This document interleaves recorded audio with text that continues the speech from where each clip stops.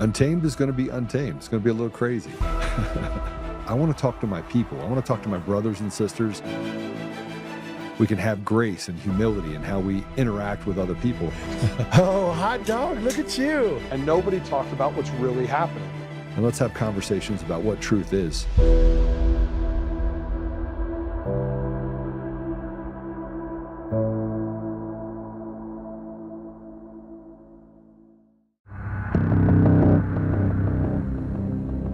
The Clinton Foundation, Apax Partners, the Islamic Circle of North America, Osama bin Laden, Grameen America, Shore Bank. While all of these might seem as if they're random, unconnected entities, what if in fact they were all connected?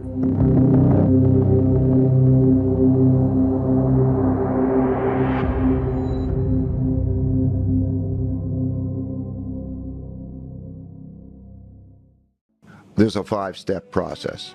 Step 1 is know your goals. Know what you're going after. You could have almost anything you want, but you can't have everything you want. And so you have to prioritize, and you move in that direction. On the way to your goals, you're going to encounter your problems and your obstacles. So step 2 is understanding your problems and your obstacles, identify them. Step 3 is to diagnose them to get at the root cause of the problem. And that could be many root causes, but it could also be your weaknesses or weaknesses of others, but you have to be objective about them. Once you diagnose them, then you go to step 4, which is to design a way to get around them. And then, after you have that design, you implement that design, so you have to follow through and do it. And you do that, and that will then produce its new results, which should be better results. I call this kind of the looping process. It's the evolutionary looping process. And you just keep doing that, and you learn over a period of time, and you move in the direction that you want. Hi, everyone. Welcome back. Patrick in the chair. And what you just heard there was a gentleman by the name of Ray Dalio talking about his idea of how to achieve success. Whew. Welcome back. We are going into episode 5 with B as we break down the mind web that is controlling us here in America. That gentleman, Ray Dalio, is part of this web, and we're going to focus in on him today. Last week, we mapped out a whole bunch of shady election players, global finance and progressive tech networks that are moving the pieces on the chessboard around here in America. Whether it's Grameen America, Apax Partners, key players like John McGrew, Ray Dalio, who you just saw, Laura Tyson, Sir Ronald Cohen, the Clinton Foundation, Higher Ground Labs. All these people and organizations are tied together in this massive web that is continuously taking over America. And they're not hiding it anymore. And what we have going on today is we got our man B joining us once again, and we're going to go in and we're going to dissect who Ray Dalio is, his connections, his end goal, right? Ray Dalio was the founder of Bridgewater Associates, right? One of the largest hedge funds ever exist, right? Billions and billions of dollars. What is his end goal here? And how is he tied? That's what we're here to discuss today. This gentleman and his ties to the mind web here in America. And with that, I want to welcome B back. B, welcome. Hey, Patrick, thanks for having me back, man. It was a good introduction to Ray Dalio and some of his network. We'll be seeing some familiar names today, of course, as we go on to the different nodes on the mind map, and we'll be changing up the format a little bit today. In reading a Substack article I actually wrote on some of Ray's connections, very seedy connections, might I say so myself, but that's for anyone's discretion to arrive at the end of this episode. So fair. Yeah, with that, I appreciate you for having me back, man. Thank you. Always a pleasure, Always a pleasure. And before we get real deep dive, let's put up this mind map again. Let's refresh it so everyone can see it, because this thing is ever evolving. It's deep, man. It is massive overlay. It looks like it's too much to absorb, but these people and organizations are not that farly separated from each other. If you look up to the top corner here, you've done great work on this, by the way. Everyone needs to understand, B has put this together. All documents are attached to the mind map, right? So this isn't hypothesis, this isn't guessing around, right? This is all connected by your research, correct, B? Yep. Yeah, that's correct. I did all of this, put the hyperlinks in there as well. So I'm not just creating this, but there's, believe it or not, there's not even 300 points here, 300 different entities. So it looks like this large morass, but in truth, it's a rather small community. So, and again, these aren't all the players I've left. I haven't gotten to some folks yet, and others will be coming soon. And it's kind of ever evolving. So I try and go back and put more information in there as it evolves. So we appreciate that. We definitely appreciate that. I know our viewers appreciate that. I got some buddies that are now tuning into this, and they're just, wow, dude, you're in this world. You get to hear this. I said, yeah, man. And they're opening up to it. So the more we keep getting the message out there, just showing people, not forcing it, but actually, hey, this is legitimately happening. If you actually want to take the time, watch this, hit the links, follow along, you could actually peel back the layers of what's going on in America, and you can understand what's going on in America when you see what you see going on in the streets and how these facets are tied to some of the shock troops on the streets. But man, this stuff is completely fascinating, and thank you so much for doing this work, because without this information out there, because Americans, let's be honest, we like to have things quick, easy, and simple. And when you try and unpack something like this, it's hard to make it quick, easy, and simple. But given this visualization here, I think it gives the American people a glimpse of just, hey, this can be understood, and there are real players. We don't have to talk in the abstract. These are legitimate people and organizations that are all interconnected, and we're naming them here and how they're impacting us here in America. So truly, dude, thank you so much for the work you're doing on this. And with Ray, if you guys take a look up here on the top of the map here, B has him outlined on the perimeter. Ray's up here, and if you take a look, he's connected to John McGrew, who we covered last episode. He's connected to Grameen America, which we covered last week. We've covered the Clinton Foundation, the beginning of the series here with B, and he's also connected to this other group, the MTN group. But B, take it away on Ray. Yeah, so just with these four connections up here, I know that doesn't look like much, but he's partners with John McGrew over at Bridgewater Associates. Grameen America, he actually has multiple philanthropic ventures with him. He's very closely affiliated with the board of directors at Grameen America, as well as the Clinton Foundation. He basically has like a whole philanthropic initiative set up, which almost goes solely to the Democratic apparatus. But you'll notice one up there, it's called MTN Group. And within my article, we'll be going into a little bit more about the MTN Group and who they are and what their relationship is and all this. But in their terrorist connections, which are also illustrated on this mind map. So with that, I think we can go ahead and get into the article, and let's kick it off with Ray's little tweet, his temper tantrum, which was really the impetus for me writing this article. If you guys want to pull that up, it's linked in the Substack.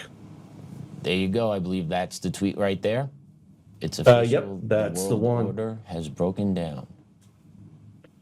Yep, and in this article, he basically claims, that this is just the decline of the West. And if anyone wants to read it for himself, I'm not going to sit there and read it all. But most of it's just blabbering. But a lot of it actually stems from his book, which I reference in the article. So if anyone wants to take time to read that, it is linked in my article. You guys can go there, or you can go directly to Dalio's profile and read it yourself. I didn't find it very interesting. It was pretty boring to me, but I'm kind of familiar with Dalio's position on this stuff. So don't take my word for it. But yeah, with that, if we can just get back over to the Substack and just go from there, I can kind of explain everything as we go along. We can read the article on here with all the links to it. I titled this "Raise Rolodex of Revolutionaries" because that's honestly what it is. He's got a whole Rolodex full of very nefarious actors within his portfolio and some of his connections as well. So if we scroll down here, we can actually see in the first photo, just to give you an idea of how important Ray is in the grand scheme of things. This is a photo of him meeting with Wang Qishan, and you'll see it says Bridgewater here because that's his firm he started, which John McGrew also plays a leadership role in as well. They've had various interactions throughout decades, so they're definitely very close. And for those of you who don't remember, John McGrew also affiliated with Grameen America and Apax Partners.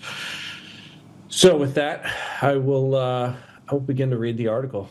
Ray Dalio, a self-proclaimed politically moderate extraordinaire, recently authored a post praising his, quote, "I told you so, the world is falling," snippets from his 2021 book, The Principles for Dealing with the Changing World Order.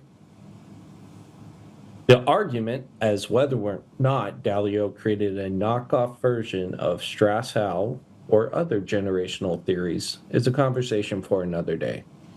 In his tirade, Dalio ironically places the blame squarely on the shoulders of President Trump for what many on the left have actually called for, the transition to a multipolar world order. Now that the realpolitik train has left Grand Central Station with Dalio hitching a ride in first class, let's explore a small sample pool of his associations.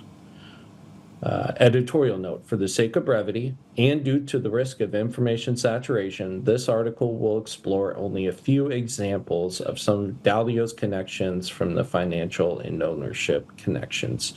If a word or phrase is underlined, this means there's a hyperlinked source for everyone to use as a citation. We'll see here the China Global Philanthropy Institute is hyperlinked in the article if anyone wants to explore that institute. Dalio has a long history in China. You can also read about his history, again, by clicking the hyperlink within the article. And you can see on screen, this is the China Global Philanthropy Institute. This was the source I used to garner the information about this specific institute. And there will be more interesting connections about this institute as the article goes along. So if we can get back to the article and just carry on with it. Dalio has a long history in China. He is one of the key figures in the development of the CGPI alongside Bill Gates and Communist Party of China, CCP leadership. The philanthropic nature of the institute drives the headline printed about the CGPI, plural, but its true nature is much more nefarious and subversive. Right around the same time as Gates and Dalio began to advise senior party officials, such as Ma Weiwei, the 12th National People's Congress, the NPC, from 2013 to 2018, began to revise how non-governmental organizations operate domestically and prepared recommendations for the 13th NPC. They began preparing recommendations for the 13th NPC.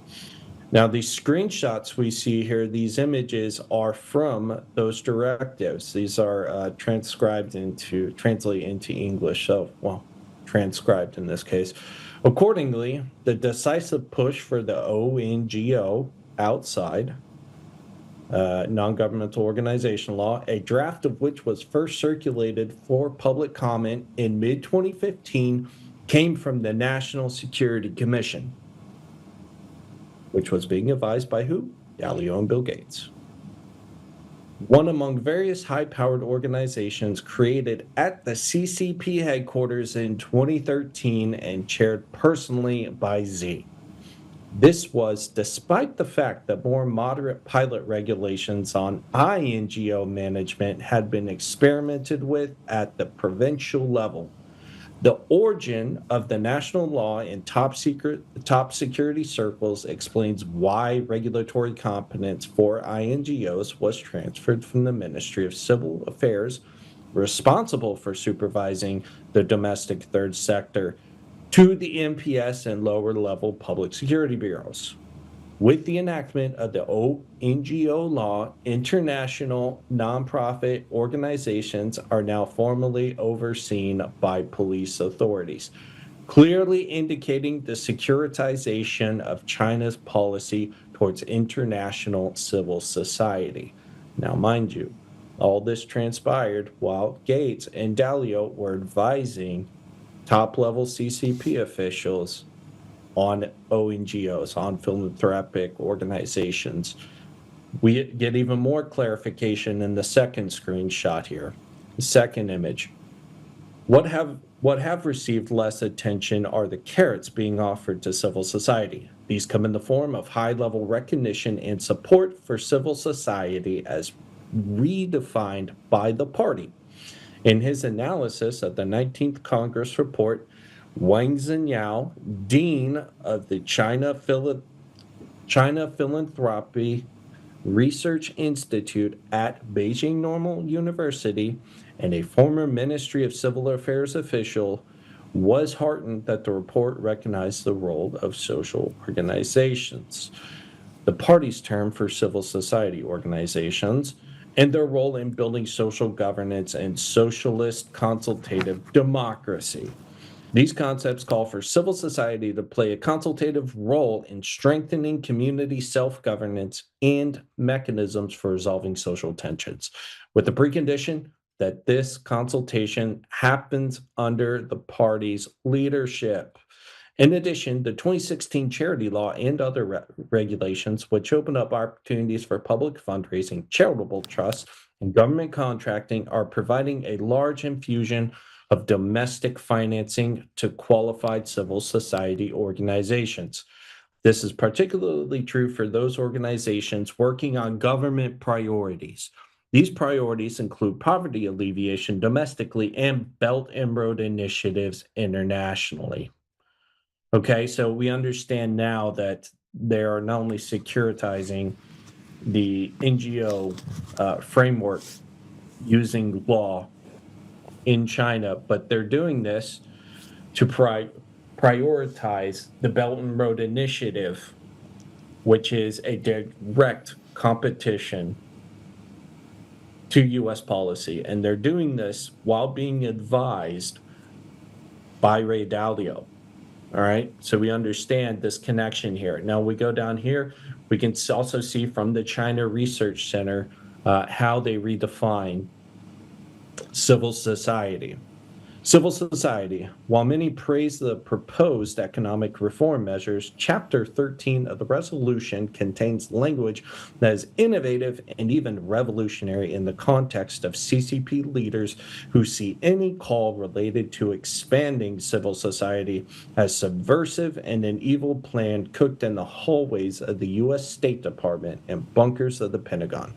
This part of the resolution does begin by saying social governance reforms will be conducted under the leadership of CCP committees and government agencies at all levels. But this is followed by a few paragraphs that rarely appear in CCP's societal governing circles. And you can read the rest of that report for yourself. So what that's saying is they understood previously that these ONGOs, these outside NGOs, were being manipulated by the State Department, being controlled rather by the State Department and the Central Intelligence Agency and the U.S. security apparatus writ large to subvert China. And now all of a sudden, Dalio comes along, starts consulting with senior leadership officials, while Dalio is also heavily invested in the NGO apparatus in China. And he goes in there, and all of a sudden they begin to change the way that they operate with these NGOs, begin to change how they monitor them, because they understand that these are national security risks now. Just so conveniently happens same time as Dalio is consulting with them. So that was part of my reasoning as to why I put that in there. Now here's where it gets interesting. Continuing on. True to CCP form, the address for the CGPI in Shenzhen reveals the institute also shares the same building as AEE Shenzhen Aviation, which has been sanctioned and is listed on the entity listing. Again, you can see a screenshot of it right here. The first one, these are actually two separate ones. The red one you see up top, and then below is a screenshot of the sanctions. So if you click on the entity listing itself, that will take you to the Federal Register, which discusses these sanctions for the AEE. And these are in the same building. So understand this in context. Ray Dalio, his institute he started in China, shares the same building as a sanctioned CCP national security institute. Organization, let's call it. So that in itself should also raise some serious red flags about some of his interminglings occurring in China. But if we get back to the article, carrying on, we'll explore a little bit more of those relationships. So, Mr. Producer, if we could please scroll down a little bit. And let's get reading on this other paragraph. Dalio's interests in China aren't solely philanthropic. His firm, Bridgewater Associates, has been one of the leading investors in China under Dalio's leadership. Bridgewater's portfolio included a large stake in Alibaba. Yes, of course, going back there to John McGrew, you'll see his photo down there. Bridgewater's portfolio included a large stake in Alibaba, which owns Ant Financial. We'll get back to Ant Financial and their terrorist funding as this article continues. Another rather peculiar dynamic is the fact that Bridgewater's exit from the Chinese market coincided with Dalio's role at Bridgewater ending. Literally, almost as soon as Ray Dalio left Bridgewater, they completely exited the Chinese market. Okay? So rather interesting timing there. Bridgewater Associates also has a close professional relationship with Apax Partners. Again, we've talked about them ad nauseum on here before. A PE firm founded by progressive donor and Democrat Alan Patrikoff. Patrikoff has served previously with the Clinton and Obama administrations in various capacities. Also on the board is John McGrew, who is also the co-chairman of Grameen America and Bridges Ventures. As we can see, both McGrew and Apax are also affiliated with Bridges Ventures. And again, you can read this image of John McGrew's bio. And if we scroll down a little bit more, compliments of the company's house archives, we can actually see just how closely affiliated Bridges Ventures are with Apax. So again, carrying on, Apax Partners has a portfolio which dominates the progressive activist machine. We keep scrolling down a little bit more to get to that. And we've talked about Apax and this next character, frequently before. We did a whole show on him. Neville Roy Singham, who lives in Shanghai and actively operates on behalf of the CCP, created ThoughtWorks and sold it twice to Apax, not once, but twice, when they went public. ThoughtWorks is the machine which created NGP-VAN, the National Voter ID Database. And again, all of this stuff is hyperlinked in here. We can actually see this image from Apax's website of some of the services their clients provide through their portfolio. Salsa Labs, which is now known as Bonterra, and you have NGP-VAN. Action Kit and Mobilize, which are rolled up under NGP-VAN, are major tools which progressives use for organizing. This includes anything from campaigns to actual physical protests. As a matter of fact, Mobilize typically requires a login. Most of the organizations have their own unique login, which use it. However, I've been lucky enough to gain access through one particular organization which did not close the back door. Again, they just didn't have a login platform. Nothing illegal or nefarious in that regard. But as we can see here, this other screenshot is an actual excerpt. One of the very few times I'll actually use Wikipedia for something, but the information was probably the most concise here. It was all legitimate, but this just gives you an idea as to what these entities do. Quote, in the last 4 days of the 2020 United States elections, 551,000 volunteers worked more than 1 million shifts through the Mobilize platform, and the platform had been used by a total of more than 4 million volunteers. In late November 2020, Mobilize was acquired by EveryAction, the parent company of NGP-VAN. The price of the acquisition was not disclosed, and the platform continued to operate as a unit led by Johnson. Johnson left the company, the former boss, left the company in 2021 to join the Biden administration as the Deputy Chief of Staff of the Department of the Treasury. In November 2021, Apax Partners acquired Mobilize's parent, NGP-VAN, in a $2 billion deal. Apax created a subsidiary, Bonterra, to oversee the company. In the summer of 2024, technicians from Kamala Harris worked to fix technical problems with the site, which were highlighted in the 2024 presidential election. The company also hosted maps for the hands-off protest. And that just to give the listener an idea about some of the members of the portfolio, the clients in the portfolio, of some of their activities and their relationship with political entities. You know, one of the executives joins the Biden administration after he helps them steal the 2020 election. Yeah. Carrying on. All sided one way, by the way. Everything is politically aligned one way here. Oh, absolutely. Everything. Correct. If any Republican entity did this, they would be, they would be screaming it from a hilltop. Yeah. There would be no rest.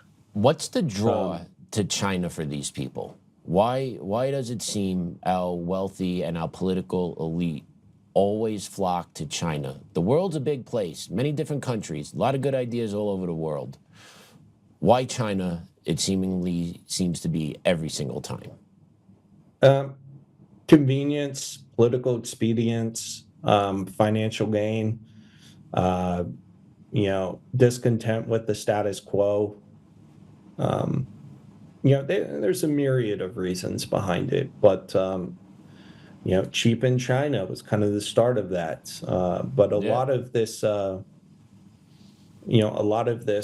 let's say, rapprochement with China began all the way back in the 70s. I mean, they've been trying to get China into the world market for a while, even though they weren't granted accession to the WTO until 2002. Even Nixon tried to open them up economically. very naively, might I say as well. But You know, that's the thing. Is it naive though? Like what Nixon did, getting China going. Like, is it stupidity or was it willful ignorance? Just like with our politicians and our rich class today that keep going over to China. Are they dumb or is it just willful ignorance? What they know, which is what they know what they're going to get out of China, but they don't care because they're just simply lining their own pockets. And if that means selling out the American people, so be it. well, I mean, Nixon wasn't exactly on the establishment side of the political spectrum. True. So he was very much an outsider. So maybe he was genuine about it. Um, you know, maybe he was, you know, hawkish in some regards, but he was definitely very much open to the thought of China um, opening up to the world economy. And a lot of this actually dictated events which occurred in South Asia, Pakistan, and Afghanistan. And, you know, that's a conversation for another day. But, Fair, brother. Fair. Yeah, I think with this we can get back to the Cold War angle because a lot of his decisions too were also based around, you know, the bipolar order, as they say, the geopolitical environment of the Cold War. And with that, that's probably a perfect segue to get into Patricia Clarity. She was the first associate hired by Patrikoff and was even handpicked by Bill Clinton to lead the U.S. Russia Investment Fund after the end of the Cold War. And again, these are all linked. You can read this for yourself. Delta Capital Management, the firm born out of the U.S. Russia Investment Fund set up by President Bill Clinton's administration, has moved into a new phase on the back of Russia's stability to capture pickings from an unexploited market. Patricia Clarity, a founder of Apax Partners, has taken over from David Jones as chief executive after the board elected to have, quote, a more seasoned person, end quote, in charge. She was chosen by the former U.S. president to start the $444 million fund in 1995 while she was still working at Apax. So keep this in mind, that we were responsible for the economic redevelopment of post-Soviet Russia. We dumped hundreds of millions of, actually billions of dollars into Russia, and a lot of Western businessmen eventually stood up entities because it was cheap at the time. You know, after the Soviet Union had collapsed and they were just riddled with, you know, a ton of resources. So anyways, just to kind of explain that. So with that, we can kind of go on a little bit farther in the article and discuss some more of these connections.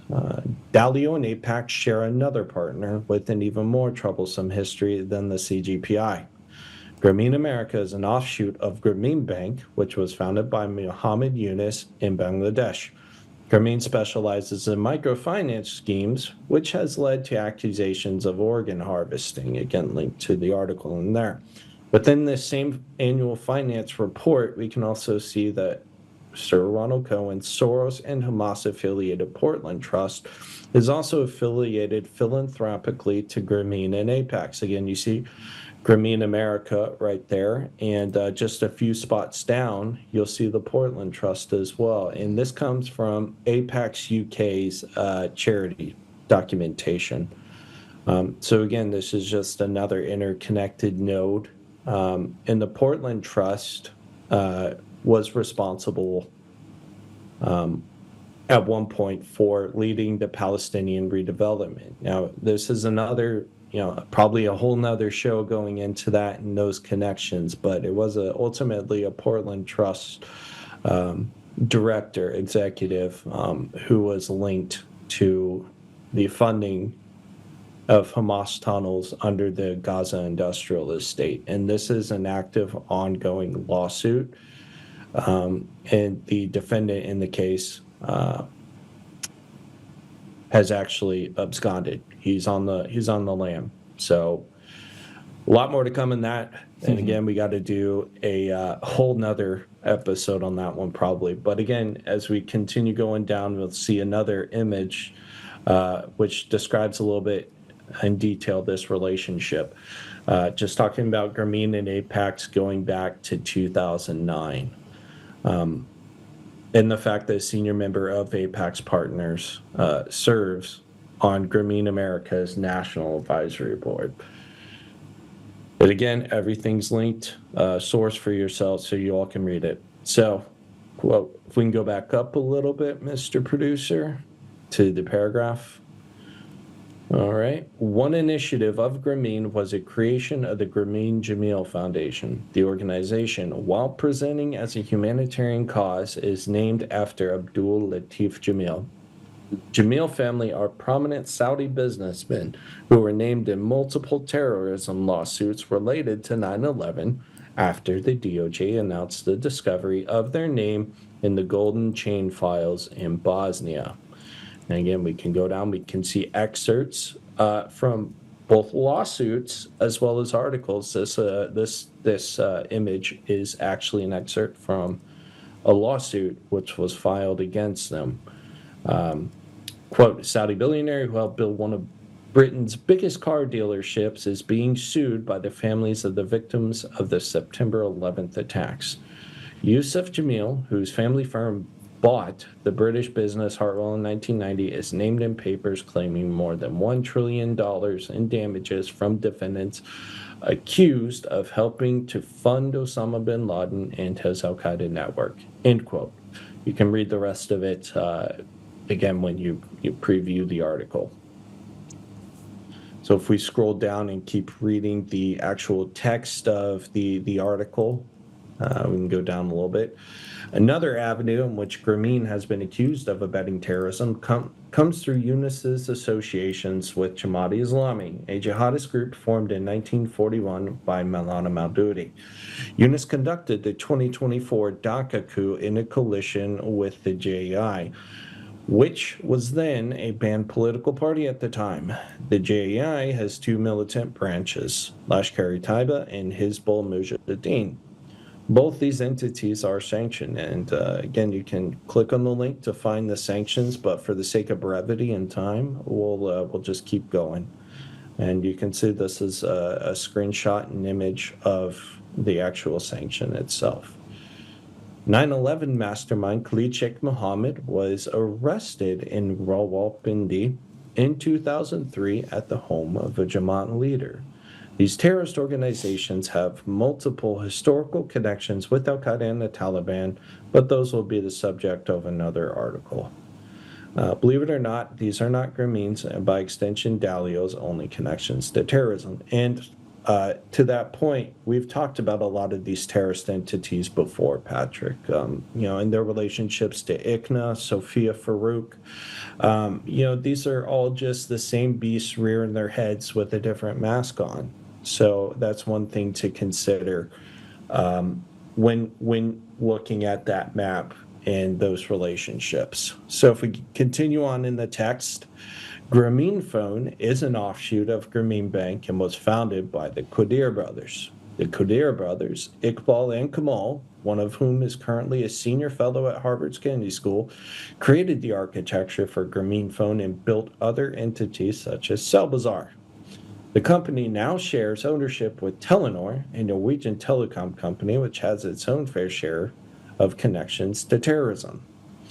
The brothers also created, alongside Alibaba, CCP, and Ant Financial, and the Gates Foundation, a fintech application named Bcash. The app has been implicated in terror finance cases as supporting the Islamic State. Again, sources are included in the hyperlink. This is an image screenshot of one of those sources. And in there, you just read about the relationship, Bcash, and how they came to be. It's important to note that Bassar Masri, who was, again, the one who's on the lam for the Palestinian redevelopment Gaza Industrial State lawsuit, was also a senior official at Harvard University and had to resign from the Dean's Council. So again, Harvard University, Oxford University, which we have also discussed ad nauseum, are really kind of parasitic hosts to some of these terrorist entities. So again, everything's sourced right there. And if we keep scrolling down, we'll actually see another one of these sources, which came from a national security document. I'm not going to read the whole thing, but in Malaysia, they discovered that mobile payment applications such as Touch and Go and Bcash were used to collect funds for the terror group, which were then reportedly channeled to Islamic State networks in Syria and Bangladesh. Again, sources in the links, and this is an actual photo of the source itself. Now, if we continue scrolling down, we'll see just a little bit more of law enforcement's relationship with Bcash. The the Anti-Corruption Commission, ACC, has also investigated Dalio's friends at Bcash. As we can see here, the headline, ACC investigated Bcash Rocket over money laundering and terror financing charges. Continuing on, another curiously intersecting node in this map is MTN Group, as we discussed at the onset of the show. Telenor, which partially owns Grameen Phone, and the MTN Group, which is partly controlled by the Hezbollah-supporting Makati M1 Group, have colluded previously to skirt sanctions in Myanmar after the 2021 junta. We stop right there for 1 second. It's also worth noting that the M1 Group is also business partners with Bashar Masri, who I just discussed, who is being sued and has since absconded for financing Hamas's construction of the tunnels underneath the Gaza industrial estate. So again, these same people are all just showing up in different transactions, but it's the same actors, right? So if we go down, again, just a more resources to understand the nefarious nature of Telenor Myanmar, which seems kind of weird, a Norwegian telecom company partaking in these activities. But we'll get to them a little bit later on down the road as we continue to discuss MTN. So if we come to this second image, Mr. Producer, and stop there, it's probably good to read out a portion of this. Quote, MTN has an alarming track record when it comes to fulfilling their human rights responsibilities. A 2019 ranking of digital rights noted that MTN lacked strong governance and oversight over human rights issues and disclosed almost nothing about policies affecting freedom of expression. And again, they go into the details of some of these transactions in earlier parts of it. As a key investor in MTN, the Makatis are tainted by MTN's business conduct, which includes allegations of paying protection money to the Taliban in Afghanistan, paying bribes to enter Iran with legal proceedings ongoing in South Africa, and violating U.S. sanctions. You see, as we'll see here a little bit later in this report, MTN is currently being investigated by the U.S. authorities, and we'll discover that context as we go on in this report. Back to the text, Dalio also has other connections directly to MTN via MTN Ghana and UAC Nigeria, which share multiple Bridgewater and affiliated directors. These are just a few of the examples of these of this relationship. You can see Mr. Toriola right there on the board of UACN, also MTN. Shareholders, you'll see right there, Dalio Property Development Limited. Again, these are just images taken from source material, which is all linked in this report. All right. So carrying on, while skirting sanctions in Myanmar is one thing, MTN Group also managed Ericsson's infrastructure in Iraq and Afghanistan. During the global war on terror, both MTN and Ericsson paid millions of dollars to ISIS, al-Qaeda, and the Taliban as a bribe to not only leave their equipment undamaged, if we can stop right there, Mr. Producer, but to also pay ransoms for kidnapped employees and aid and abet terrorists. Again, these are all hyperlinked. You can read the sources for yourself. As a matter of fact, MTN sold their footprint in Afghanistan to the aforementioned Hezbollah-affiliated M1 group, which is owned by the Makati family, who is, again, Lebanese leadership. MTN was forced to admit the DOJ's investigation into MTN in their Q3 2025 report. And if we see this image, this is an actual screenshot and image of that report. Updates on significant regulatory and legal considerations. Update on any Terrorism Act, ATA litigation. Long complaint. The long complaint was filed on 28 July 2023 on behalf of 4 additional plaintiffs who were not previously included in the other ATA cases and contains the same core allegations. MTN has filed its motion to dismiss Syria-related claims in the long complaint. On 25 September 2025, the court ruled in favor of MTN and dismissed the Syria-related claims. Not entirely, might I add, because they're also still being charged in Iraq and Afghanistan as well. The proceedings will, therefore, now continue only in relation to the claims that have not been dismissed, which primarily relate to MTN's former subsidiary in Afghanistan and its minority, non-controlling investment in Iran. MTN has deep sympathy for those who have been, whatever. I'm not going to read those crocodile tears. And we go on to the lawsuit. Now, look at these line items. Number 1,274, 1,275. I chose these because I wanted to illustrate just how many claims there are against them in this lawsuit. There are many other mentions of these same entities, both before and after, but I wanted to just use ones that are kind of buried in the middle of the show, just how detailed this is. So 1274, each of MTN Group, Iran Cell, Fatuma Neklo, and Irene Charnley, MTN Group, Iran Cell, specifically intended to grow the overall global market for illicit American manufactured mobile phones that were originally sold in the U.S. marketplace because they shared the goal of the conspiracy, which was to finance, arm, and logistically support Hezbollah, the Quds Force, and regular IRGC. Each of MTN Group, Iran Cell, again, spirit with the terrorists, including but not limited to Hezbollah, the Quds Force, regular IRGC, as well as the IRGC syndicate terrorist proxy, Jaish al-Mahdi, including its special groups, Asaib al-Haq and Katab Hezbollah, all of whom received weapons, funding, and training from the IRGC. Page 318 of the docket.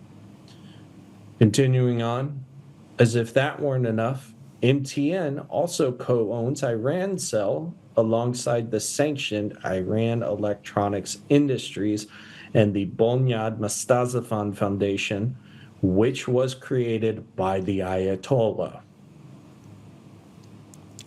And again, we see some of this ownership structure here. MTN Iran Cell, 51% owned by Iran Electronics Industries and the Mustazafan Foundation. Guess who owns the other 49%? MTN. So, again, you can just read more along this. They just skirt around and they just keep pushing. It's amazing, dude. Sorry, I'm just taking all this in as you're going through it, and it's kind of infuriating to... Yeah, I know. And this isn't meant to blackpill everyone. This is just, I'm trying to... No, dude, sorry, go ahead. No, I'm just saying this is, people aren't familiar with these entities, with these relationships. People are used to the usual suspects, the Rothschilds and the Soros of the world, and, these guys they're very much involved with this. As a matter of fact, again, going back to Bashar Masri, one of his partners in the Palestinian redevelopment alongside Pataco Holdings was George Soros in the Open Economic Fund. Sir Ronald Cohen actually opened up Capital Partners alongside Sir Jacob Rothschild. Well, they're shareholders. They were up until his death in 2024, in which Rothschild estate took over. But they're co-shareholders, they're majority shareholders in the same PE firm. So again, these people are all connected. This is just tough. And they just keep going. And like, if I don't pay my taxes for 3 months, the government's coming to lock my ass up. So like, I have trouble just digesting all this, seeing the damage these people are doing to what's going on here in America, and they're not being held accountable. It's just, I'm just flushing it out right now with you, brother. Sorry. No, it's fine. A lot of these cases are dismissed because the judge just basically rules that there's no jurisdiction there, for these foreign terrorist entities. These judges just rule it out. Okay, motion to dismiss is granted due to a lack of jurisdiction. And that's really how a lot of people in relation to 9/11 skirted by. But this is to kind of help people understand, what to look for and where to find this information. That's why sourcing and citations are so incredibly important with this information. This isn't trust me, bro. Right. This is fact-based evidence. Right. These are screenshots. What the screenshots in here are images from various different repositories or OSINT tools. If we go back to this, just kind of wrap it up because we're getting to the end of the article. You can see on the screen here the actual sanctioned entities, Iran Electronics Industries, and their relationship they have with MTN. And I'm not done with MTN. We're gonna scroll down a little bit more because we're gonna end on a bit of a whopper here. So, Iran's digital platform for terrorism, how MTN Iran cell enables Iran's plot to assassinate President Trump. And this is from the National Security Review. This isn't trust me, bro. These are subject matter experts with very, very extensive credentials. You can read the report for yourself on the link right there. It's very long, so for the sake of brevity, we're not going to do it here. But MTN is also an investigation by the DOJ for their involvement in Iran's attempts to assassinate President Trump. While there's certainly more dirt to discuss when it comes to Dalio, such as his ties to Epstein and the Maxwell clan, Isabel, Ghislaine's twin, was a longtime executive for both Grameen and Apax, but that's another story.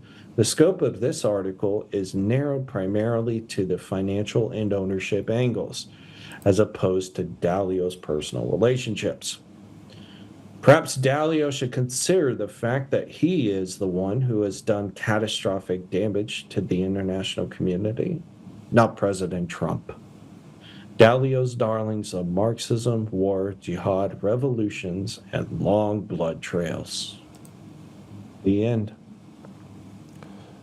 Well done, my friend. And that closing is very much on point. And if you're in tune to what's going on in America, we're basically there on all facets. Even some blood in the streets, not on the daily civil war, everyone's fighting it out, but provoking interactions between law enforcement and citizens that have ended in bloodshed is by design. Right. I believe. They are ratcheting up. Oh, it 100% is. Yeah. Yep. They We've ratchet discussed up. Canvas before. They just again, sorry, man. Go ahead. It's hard when you're not we here. Keep going. It's all good, man. It's that But yeah. connection. It is, man. And just thank you so much for putting this all together. I hope our viewers take the time to actually read this, look through it. We will post this article on our social sites so you guys could access the Substack and dig into it on your own, go through all those hyperlinks, because the documentation is important and it's going to take you multiple hours. So just be prepared, or multiple days. It's not just a quick, I'm going to read and digest. If you really fully want to understand it, it's going to take some time. Yeah, and again, also feel free to use the graph, which is publicly available. You know, anyone can use it. You can't manipulate it. Only I can do that. But use that as a tool. You know, I was able to bang this article out. I basically wrote this article from start to finish in about 3.5 hours, because I basically already had the sourcing done. I just had to construct it and link everything. But yeah, if you guys want to, just feel free to follow me on my Substack. It's just, the moniker's Dante, but it's at Scrivorium. That's SCRIVORIUM. Or you can also follow me on X, and my handle on X is at Dante XXXIIGOD. Again, Roman numeral 32, but that's an allusion to the 32nd canto of the Divine Comedy. So if anyone's wondering where I got that one from, you guys can find me on X. Yep, that's me. There it is, and we will be dropping these on our socials when we start publishing clips and when we're going to air this. So stay tuned, guys. Follow along. But that was a great deep dive into Ray Dalio and what he's been up to, as not that different than other of his billionaire friends, and using these NGOs and shell companies to just keep marching along to their own beat and their own drum. As us here in America, just sit by and just keep on, right? But B, thank you so much, man. Any advice or words of encouragement for our viewers? What do you got for them? Yeah, I mean, just keep the faith, keep the positivity. Don't take the black pill. I know I present a lot of information, and a lot of people tell me they don't understand how I'm really still optimistic about everything. But I'm actually very much a white pill person. I believe that sunlight is the best disinfectant, and I would highly encourage everyone to think critically, interpret and understand what people are actually, what someone's actually reading, and take the time to investigate it, and just don't take it at face value. I mean, there's so much just bad information out there, which also silos the good information. So just think critically, pay your taxes. Don't get pissed off about it. I mean, as much of a, kind of more on the libertarian side of things as I'm about it, it's important to, stay within the framework, color within the lines, which these people are exceptionally well balanced at doing, or well. Yeah, they are. They know what they're doing, man. They know how to use our system. They know how to use our system against us, wholeheartedly. Yeah, it goes back to what President Trump said. And Dave Chappelle even made the comment about it. About I know the system exists because I've used it. There you go. And there's one other guy, George Carlin, old comic.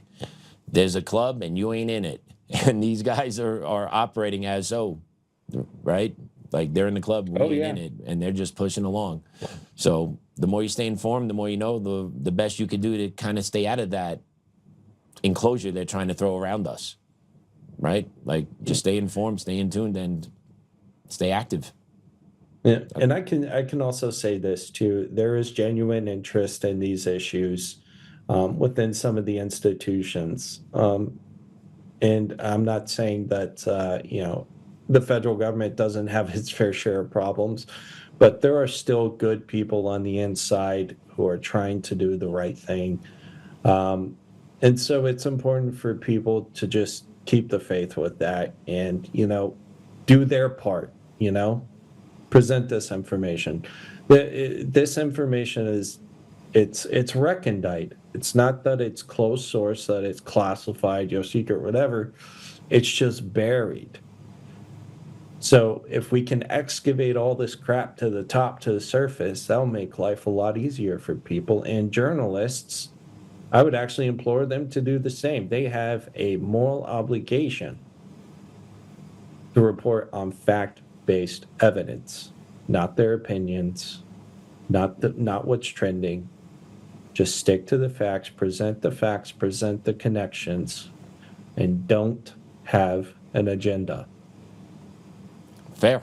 And then we can get some headway done. And us as citizens, remind yourselves what it does it mean to be a citizen. Part of it is to be informed populace, to know what's going on in your country, and then to inform others so that we are not this mass wave of uninformed, unintelligent beings out there that are just going to get walloped over the head day in and day out, right? So we have responsibilities as citizens to do this, to know about it, to share the information, to put up resistance to it.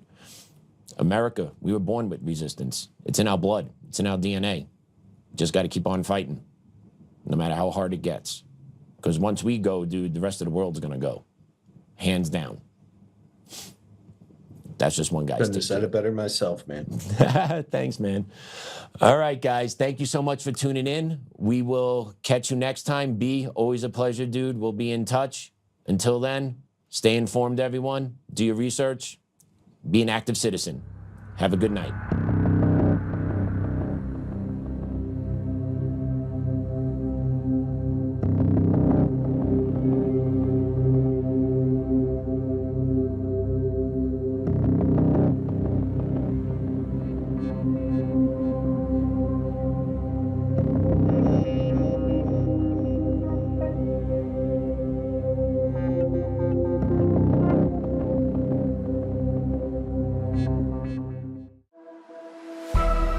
Untamed is going to be untamed. It's going to be a little crazy. I want to talk to my people. I want to talk to my brothers and sisters.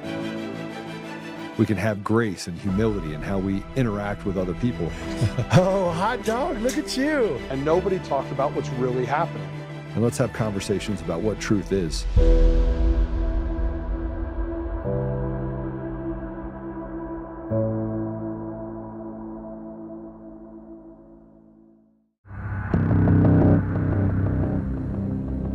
The Clinton Foundation, Apax Partners, the Islamic Circle of North America, Osama bin Laden, Grameen America, Shore Bank. While all of these might seem as if they're random, unconnected entities, what if in fact they were all connected?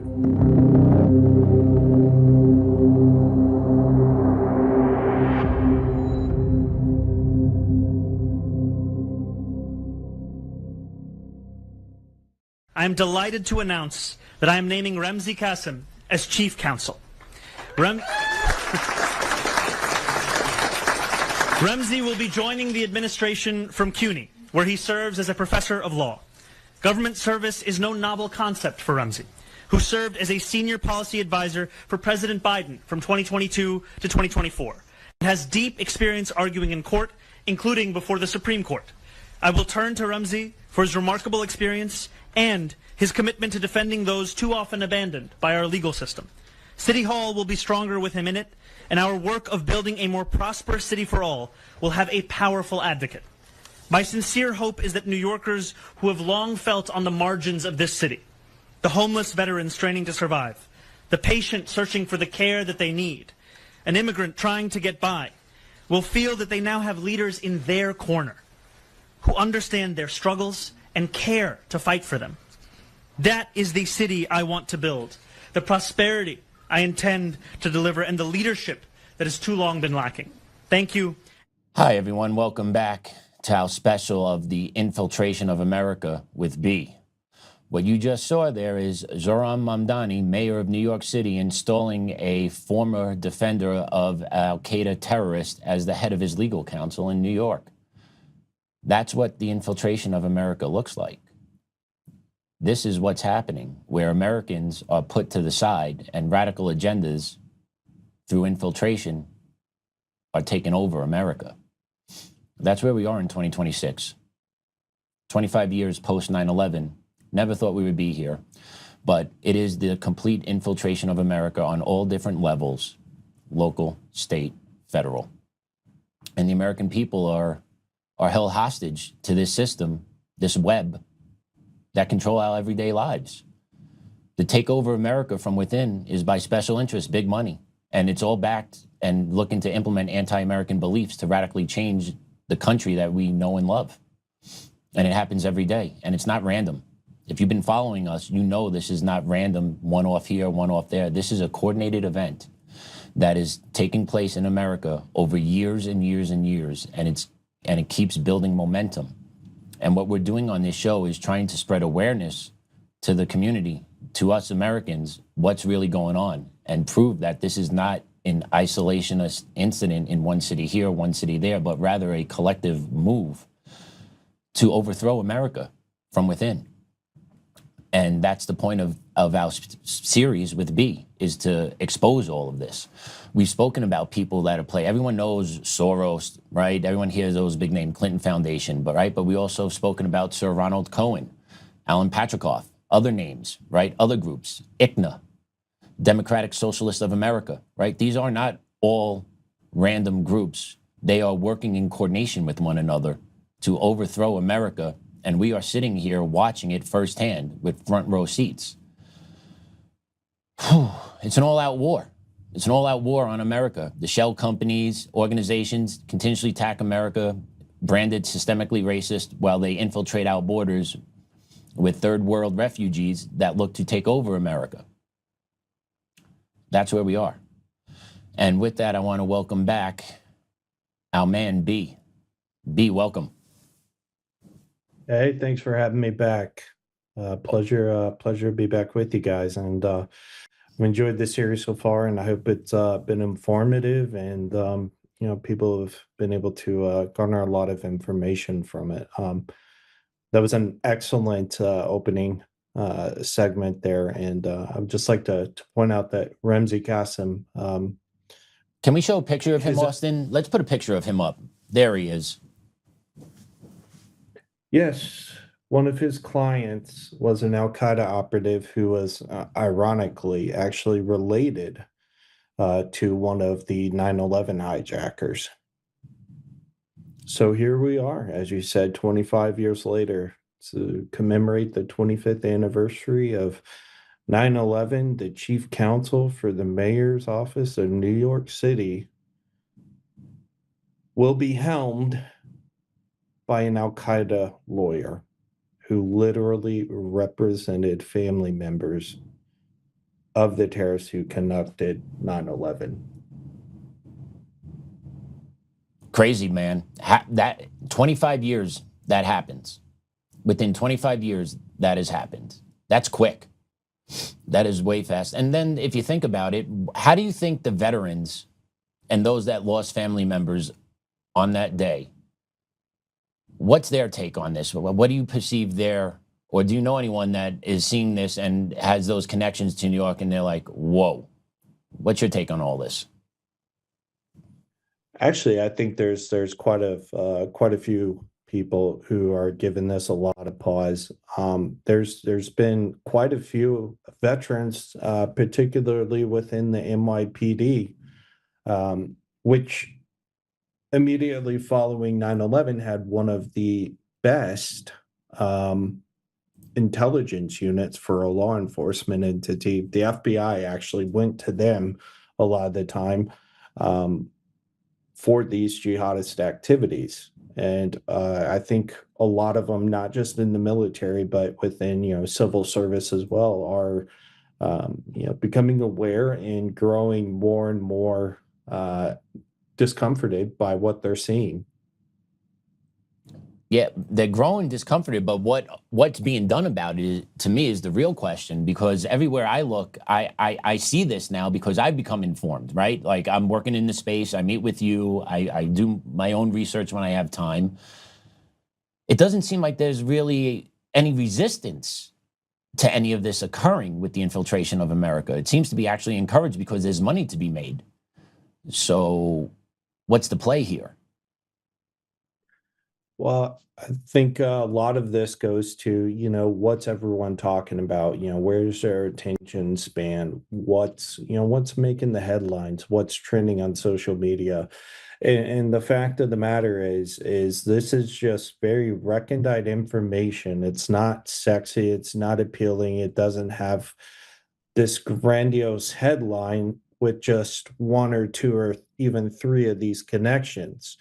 Really, it doesn't become this, just massive drop of information until you really start to connect dozens of these nodes and see how they intersect. You could say it's analogous to a blob, as Mike Benz would say, but I tend to think it's a bit more anarchic than that, and that it's just it's a network. And, And the number one rule of the network is you don't talk about the network, and I think really that's where we're at right now. and speaking of the network, let's pop on the network on the screen so our viewers can see what you've been working on here. This thing is massive, has definitely grown since the last time we have spoken. A lot more interconnections here. And today what we're going to be honing in on is right here we have Ramzi Kassem, right? And there's his connection to Zohran Mamdani, and then his connection right along into al-Qaeda. And this is infiltrated New York City at its finest. And if you paid attention to Mamdani's rhetoric, political policies, I don't know what you want to call it, but he seems to be going after the white tax base of New York City. Is he not? No, he certainly is, and it's kind of peculiar. He picked someone from CUNY, and CUNY has a very extensive history with Marxism. Fun fact, I'm a product of the CUNY system in New York, the City University of New York. I went to Queens College. So I am very familiar with the teachings that come out of that branch. So yeah, they are extremely hardcore leftists in New York City, in the education system, especially Queens College, especially the CUNY system, right? There's multiple schools that operate within the CUNY system. Brooklyn College is another one, College of Staten Island, right? It's the colleges within the boroughs of New York City. Sorry, just keep going. A little fun fact about CUNY for you. I mean, sometimes anecdotal is the best way to really drive home a point. So that's rather interesting. So you've seen it firsthand, you understand it. But yeah, it's no coincidence that he goes from being a third production assistant on his mother's movie set about an African chess player in Uganda to being mayor of the city which hosts Wall Street, which is the financial hub of the United States, as well as very powerful entities like the SEC, the SDNY, and the EDNY. So and it's he didn't amazing. get there himself. No, he's rich too, and he preaches these Marxist socialist garbage. It's fascinating to watch. It really blows my mind when you watch people of privilege that are actually wealthy, that actually have the ability to get things done for them by picking up the phone. It's remarkable to watch those people talk about the injustices of the communities that they're supposedly trying to serve. Because they've made their living in the capitalist society, and now they're just destroying the capitalist society to push a socialist agenda, and then you get the useful idiots down low that listen to this. And it's fascinating to watch is all. I just don't get why people can't connect the dots, that they're being used for a political purpose instead of what our government should be doing, which is protecting our liberties. I couldn't agree with you more. He goes from, penthouses and castles to the Gracie Mansion, and yet he has the proclivity, shall I say, to think that he can lecture normal people, blue collar workers, even on their lifestyle, their economic choices, how they should live, where their tax dollars should go. It's very narcissistic when you think about it. But he is a stereotypical leftist Marxist politician. He checks all the boxes, Yeah. and a lot of that has to do with with his father as well, who we have discussed probably ad nauseum at this point on this particular series. So, with Grameen America, I implore all of your viewers to go back and watch that in regards to Grameen America and Mamdani and their ties to al-Qaeda and the Taliban and the Clinton Foundation, etc. So that was a very informative program we did within the series on that. So it's a good refresher. Yeah, and if our viewers take a look real quick, I'm just hovering over Grameen America now on our mind map, and you can just see the connections that they have here. Grameen Phone, Ray Dalio, which we did a special episode on him alone. John McGrew, Isabel Maxwell, Zohran Mamdani, right? They're part of the web. And then if you go to Mamdani takes you to Kassem, right? So it's all interconnected by one or two nodes. And they're just eroding away at our liberties, pushing their Marxist agenda into full effect. And Mamdani, I must say, he's good at it because he's silky smooth. He's good with his language. He carries himself well. He's a good-looking Middle Eastern man, right? So, he checks a lot of the boxes that make him appealing to Americans. Very much like Obama. And we know the damage that Obama did to America with his smooth talk. I feel Mamdani kind of has the same gift. I hate to say it, but he has the same gift of having the ability to sell bullshit because of how smart he sounds. And he's got to be the nice guy first, right? Before they actually ratchet it up, he's got to play nice, doesn't he? Before they get a couple generations into passing down the successorship in the mayor seat in New York, right? He's got to play nice before they really start ratcheting it up on their policies. I don't think it's playing nice. I think it's people become attuned to what they really are. And in Mamdani's case, I would argue he is far less intellectually capable than Barack Obama, whose mother had a very strong hand in his political formation as well, from a personality standpoint. And he grew up in that whole network as well, probably more entrenched than Mamdani was. But Mamdani, he's went to Bowdoin, which has quite a few connections to our national security apparatus as well. He openly discussed his time with the Muslim Brotherhood, etc. And I think really who was probably largely responsible the most for his political upbringing would actually be the guy whose campaign he first served on when he was 23 years old, fresh out of uni. And that is Ali Najmi, who we will be discussing today. And let's talk about Ali. Perfect segue. Go into it, brother. So Ali Najmi is he is one of the co-founders of the Muslim Democratic Club of New York, along with Melinda Sarsour. He is also, coincidentally enough, he is a lawyer who specializes in election law, actually.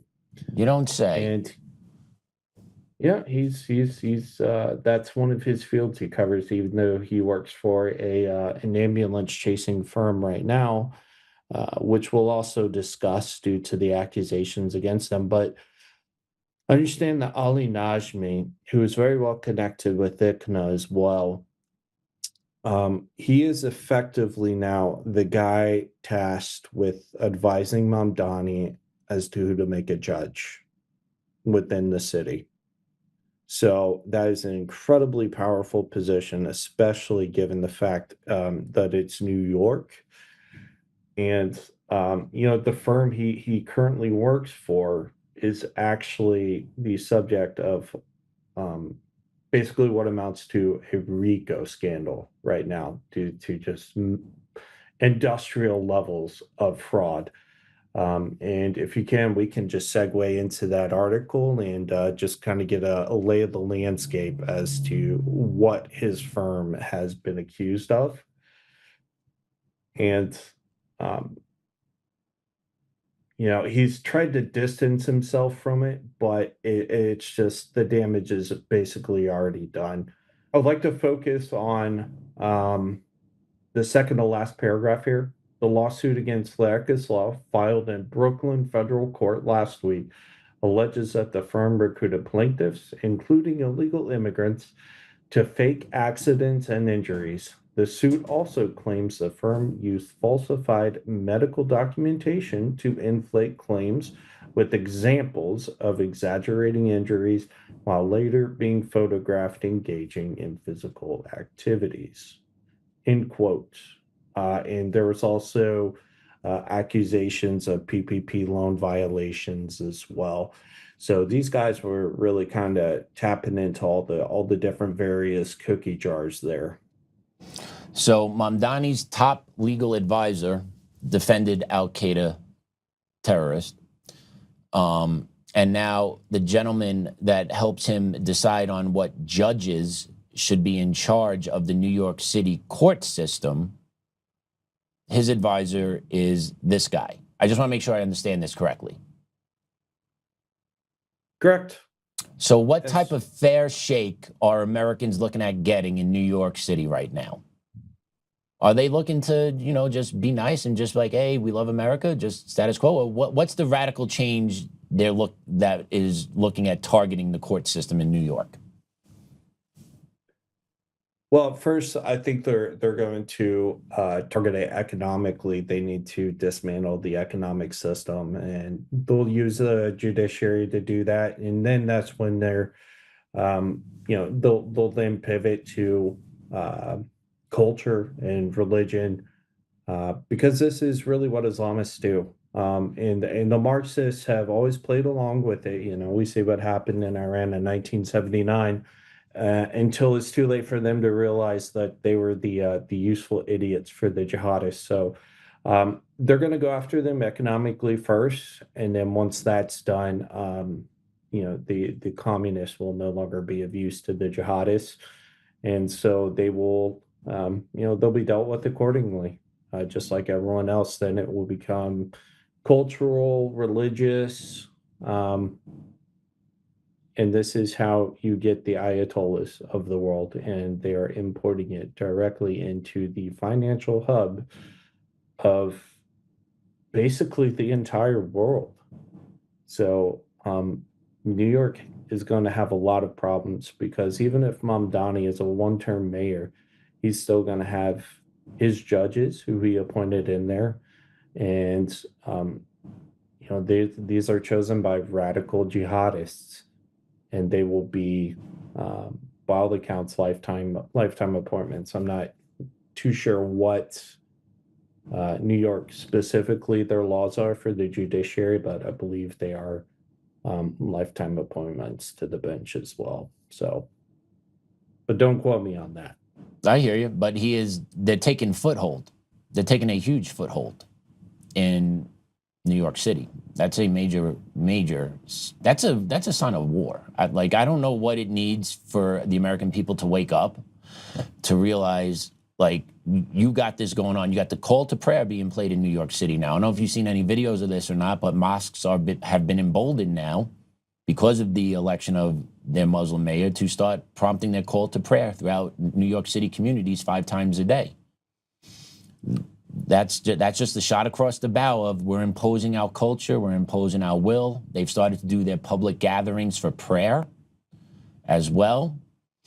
And then you get the leftists, the commies in New York City, the regular folks like, oh, this is normal, this is great. this is great. They have no idea what they're talking about, do they?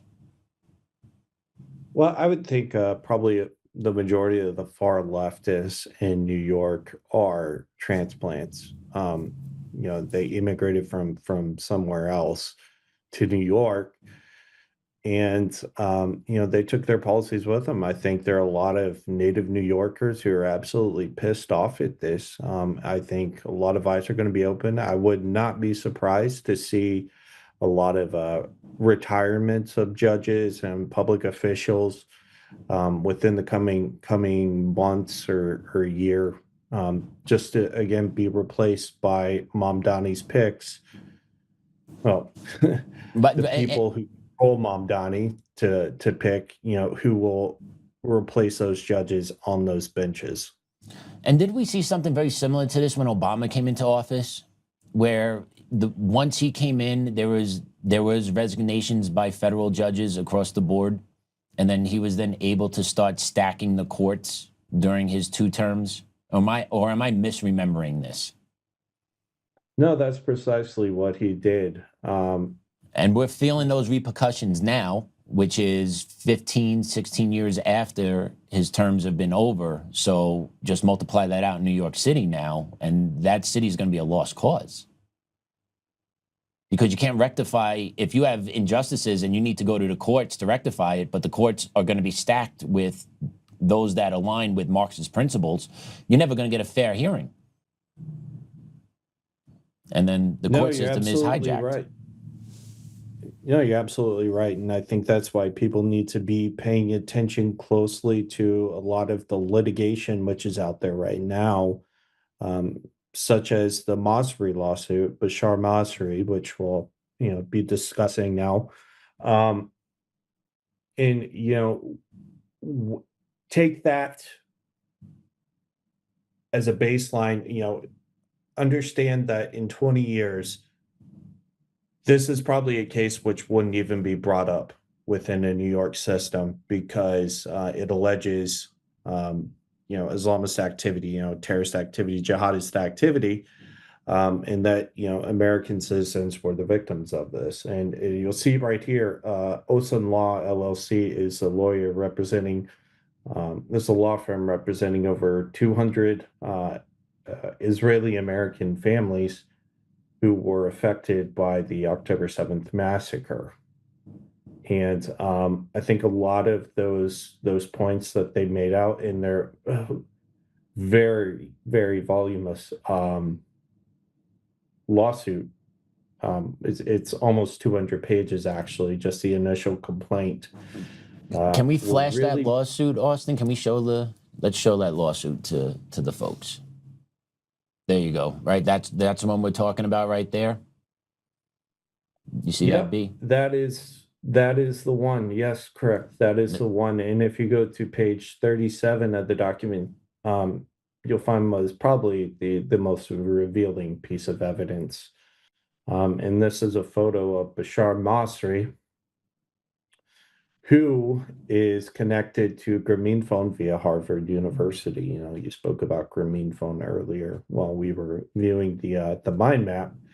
Is that it? 36. Yep, that's him. Okay. So there you see it.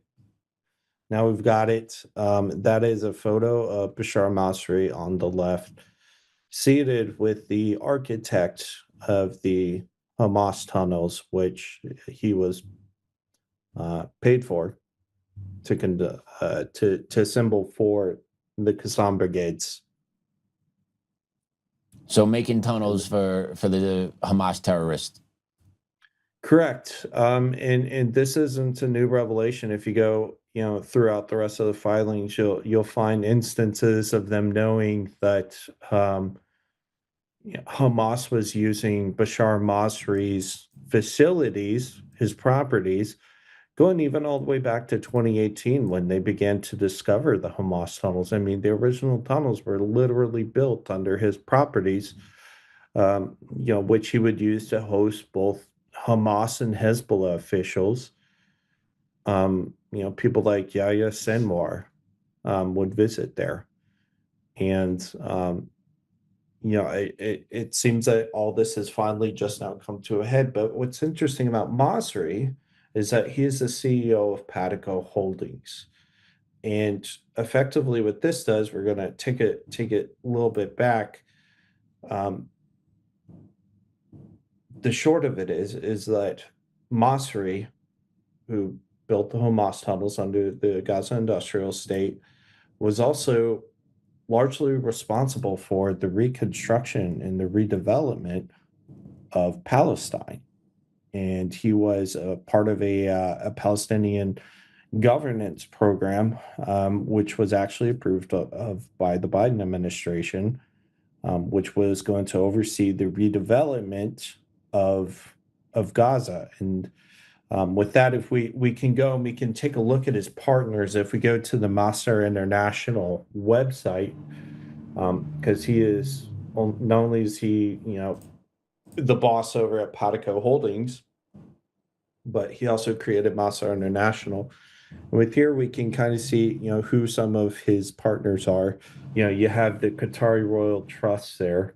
You have Chemonix, which is the largest grantee of USAID funding ever.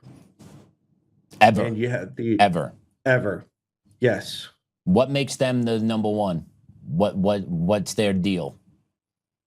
They have their hands in everything, and they've just received the largest funding from USAID, more than any other entity as well. And you'll see this U.S. International Finance Corporation, Development Finance Corporation. Bashar Masri actually sat on the board of that for 3 years. And again, you'll see directly below him, who is that? Soros. There you go. George Soros. And then in a true twist of irony, you have Conan Nagel there, who are actual Nazis. They actually developed some of the systems which transported victims of the Holocaust. But these were the guys who were tasked with rebuilding Gaza. They were going to be the guys in charge of this redevelopment effort, and at the helm of this was a guy named Samir Hulile. Now, why is he interesting? Well, it's because Samir Hulile worked for the Ramallah branch of the Portland Trust. Good old Portland Trust. Good old Portland Trust. Correct. Yes, sir, that is him. Now, why does Portland Trust matter? Well, it's because it was created by Apax Partners co-founder, Sir Ronald Cohen. Sound familiar? They all run together. Again, we implore your audience, go back and listen to those older episodes. But if we go down to the Portland Trust website, they openly state their plans. I mean, they illustrate everything. We're looking at their current projects, right? Is that the one we want? Well, we could do current projects, and there's also their blueprints for Palestine. Got that too here, buddy. I got you both. Yeah. Okay. So if we go here to the blueprint for Palestine, since we're on it right now, just one moment. We can see a lot of the activities which they basically have spent billions in tens of billions actually in investing. And again, this was a plan which was approved under Biden. Just with this alone, 3 billion annual GDP by 2030 was their projection. With these redevelopment plans. And if you go into the projects, you'll see both current projects and landmark projects. You really start to get a taste of just how scaled all this was. Gaza, UK Palestinian Tech Hub, acceleration of the Palestinian tech ecosystem, pensions, yeah. There you are. Where's their funding coming from? So a lot of it actually comes from the U.S. government. Oh, you mean as well us? as You mean oh, us? yeah, I mean us, and Apax Partners. There's a reason these guys are, right at the top there. So let me short summary If you go- version. I'm just going to put it my way. Gaza got leveled by Israel. Gaza is going to get rebuilt by the American taxpayer, and then these people are going to siphon off millions of dollars for their own good. I just want to make sure I understand all this. Billions. I'm sorry. Thank you for correcting me on that. Billions, all on the American taxpayer dime, right? Yeah, and they are also, they also intend to put a marina in there. They intend to set up microfinancing institutions. Hey, there's that word again. Yeah. And they even want to build a marina there. And with this too, they'll also be able to really tap into the LNG shipments, which are coming out of the Levantine Basin, which only recently, it was 2019, where they began to extract and begin ship their LNG shipments, and that too is off the coast of Gaza as well. So with all this redevelopment of the planning of the redevelopment of Gaza, who's actually going to live there? Are the Palestinians going to be allowed back in there, or are they just kicked out for good, and then this area now is just going to be for who knows? So the thing about the Palestinians is nobody wants them anywhere. They've tried Right. relocation to Egypt, that didn't work. They've tried relocating Gaza, that didn't work. Saddam Hussein was even in negotiations to do a large Palestinian resettlement in Iraq. His son Kudai actually visited Israel multiple times as a delegation for this. The Guardian actually wrote a really, really interesting article on it discussing this.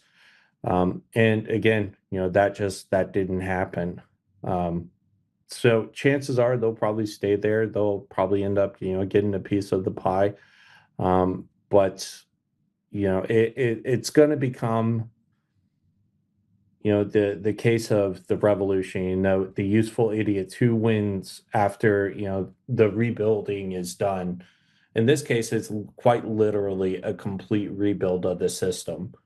And whoever controls that will dictate, what the demographics look like. Some people would say, oh, well, Israel wants to go in there as part of the Greater Israel Project, or the Palestinians want to go in there so they can, use that as new economic hub to push against Israel.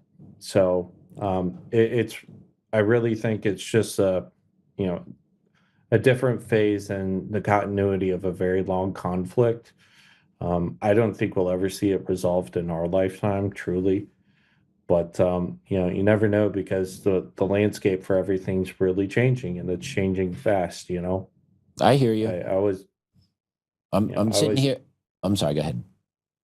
No, I was just saying I'm always reminded of the average generation lasts 80 years. Well, we're only one generation and a half removed from the first powered flight, which only lasted 12 seconds in a freaking paper and cloth plane. Now we're having reusable rockets land that can send people to Mars, and we're only 120 years removed from that. Well, 1903, so 123.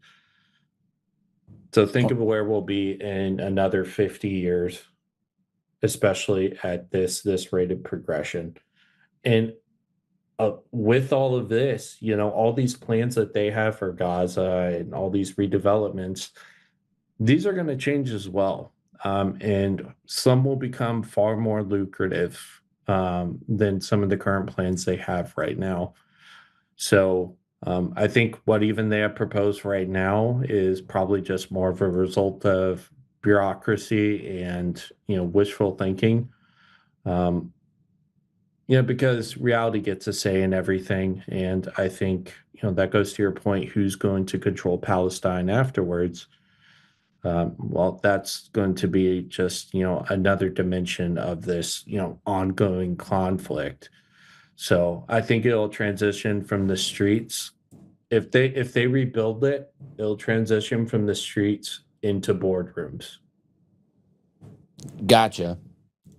But when I'm sitting here and I'm hearing you discuss this, and I'm just thinking, we didn't do anything to Gaza directly. I don't believe we dropped the bombs. I don't believe we leveled them.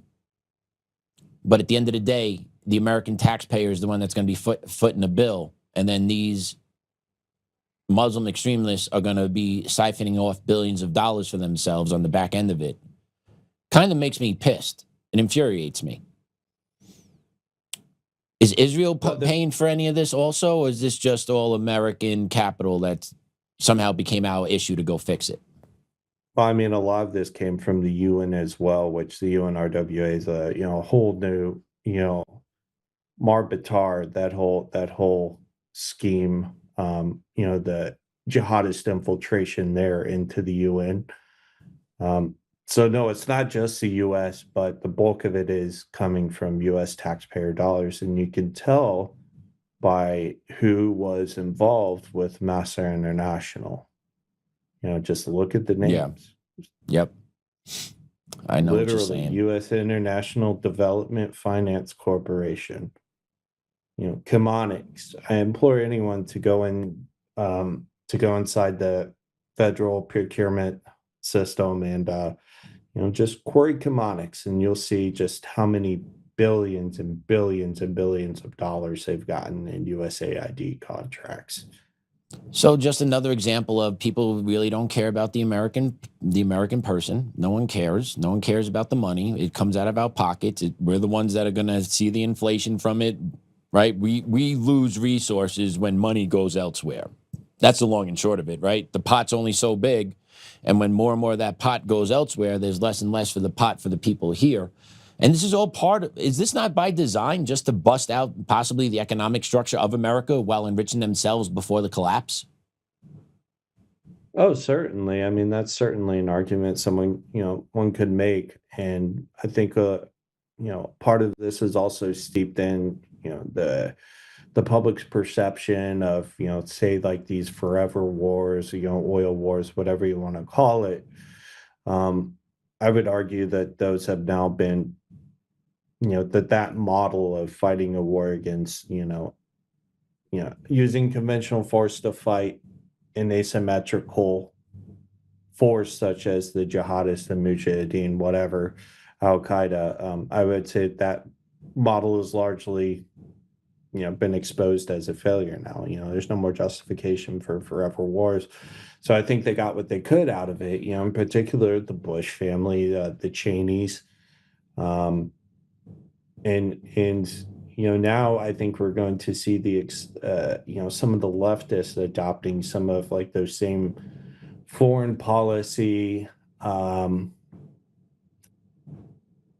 habits, that we have to, intervene here, a little bit of intervention here. I think we're probably going to see a lot more justification of intervention coming from the left than we probably have ever seen before, because again, they're it's anti-Trump, because he's doing these very concise campaigns.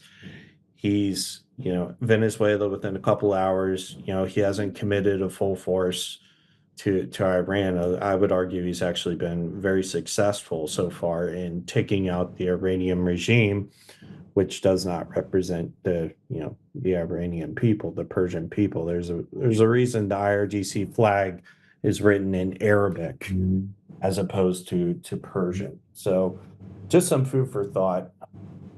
No, it's all good. It's all good. And then you brought up Iran, so I'm just going to ask this one.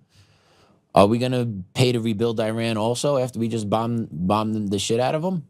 Is that also going to be coming on the American taxpayer dime? We pay for the war and then we pay to rebuild after the war? That's kind of how it goes, isn't it? So I wouldn't really compare Iran to Palestine. Iran's pretty much a lot of their infrastructure is still intact, and they also have a crap ton of heavy crude there as well.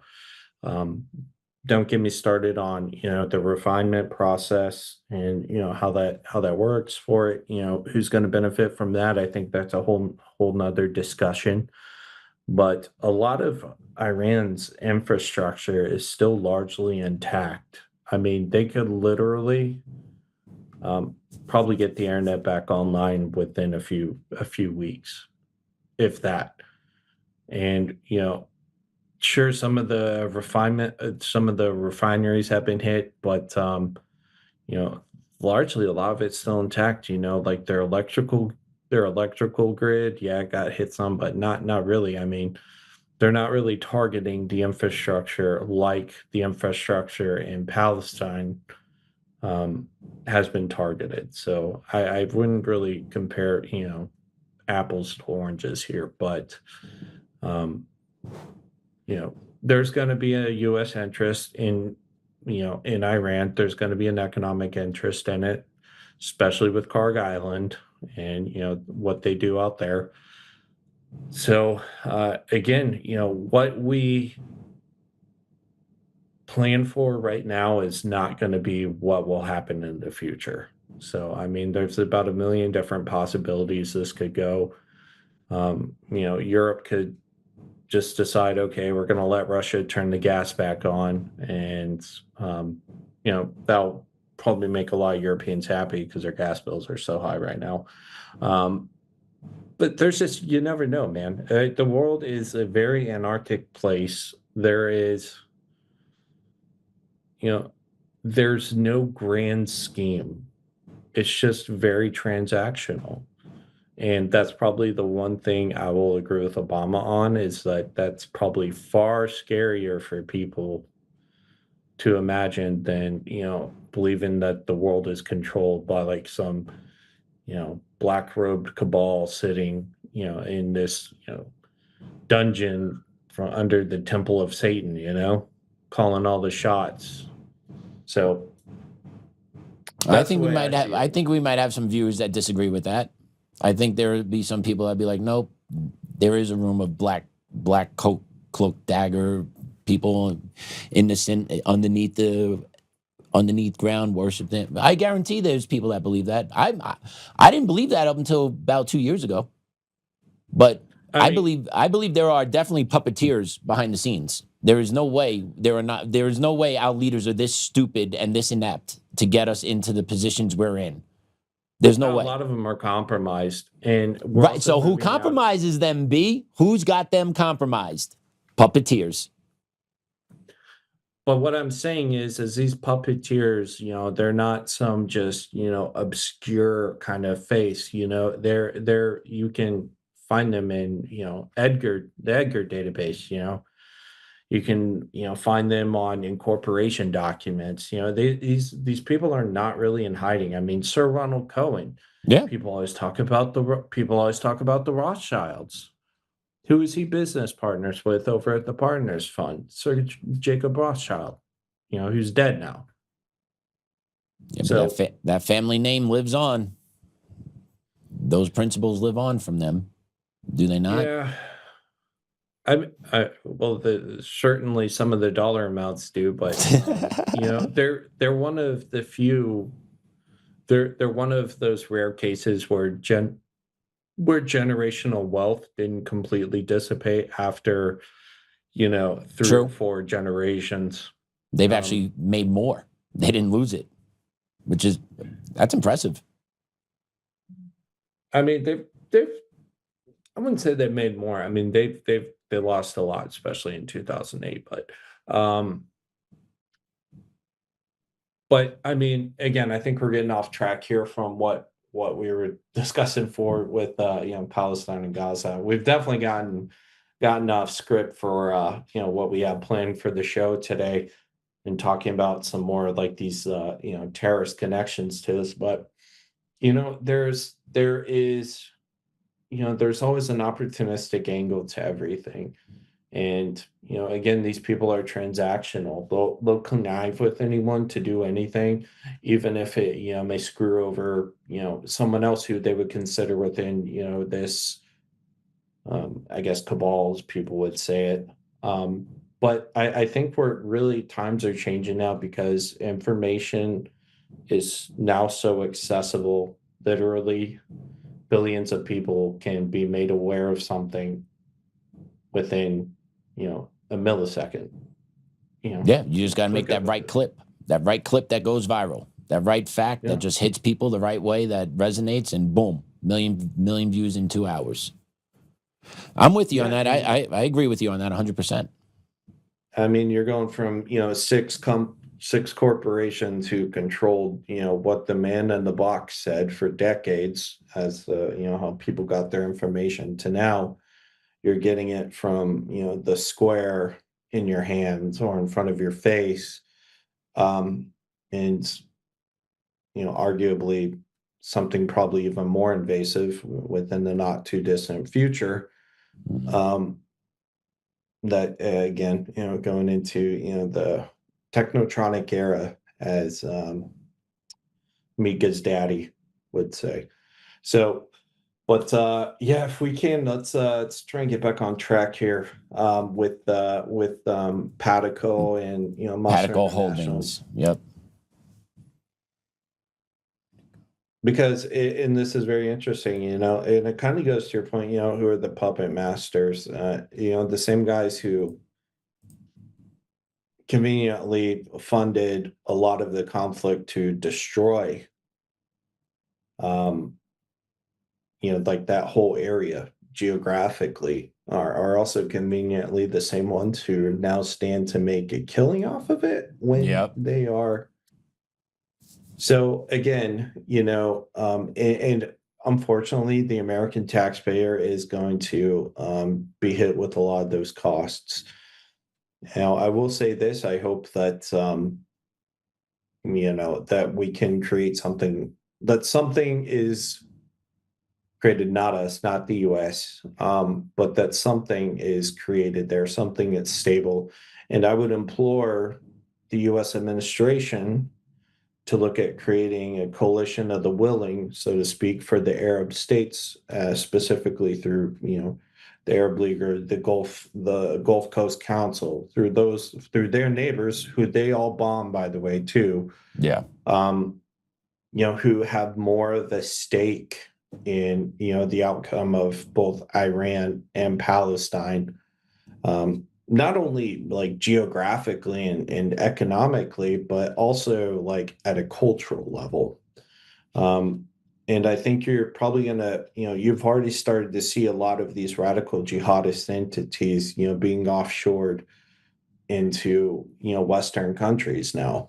And a lot of these Arab leaders, this was, why they were so strict on it to a degree, within their own countries, specifically the UAE. Qatar, not so much. Qatar is actually very, very much financially involved with Pataco. As a matter of fact, Bashar Masri. We got their board of directors. Let's put it up. Yep.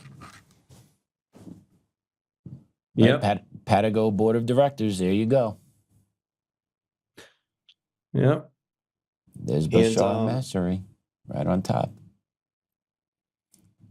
And who is that? His son next to him, his brother, who's Sabi? Yeah, Master? It's his brother. It's his brother who's actually arguably even worth more.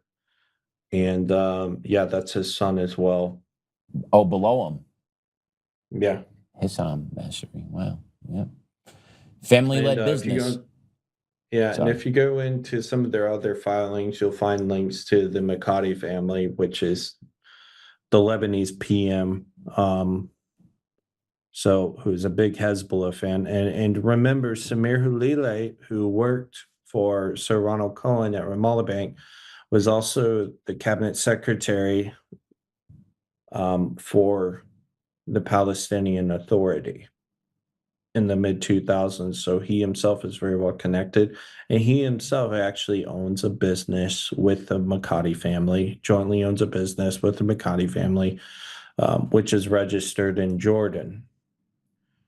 And, I think the Makati family in one group is, probably a segment for another day. They're on the mind map, by the way, connected in with Iran cell in Grameen. But basically, what I wanted to highlight here with Patico is, and this Gaza redevelopment, is that I hope people follow this lawsuit closely.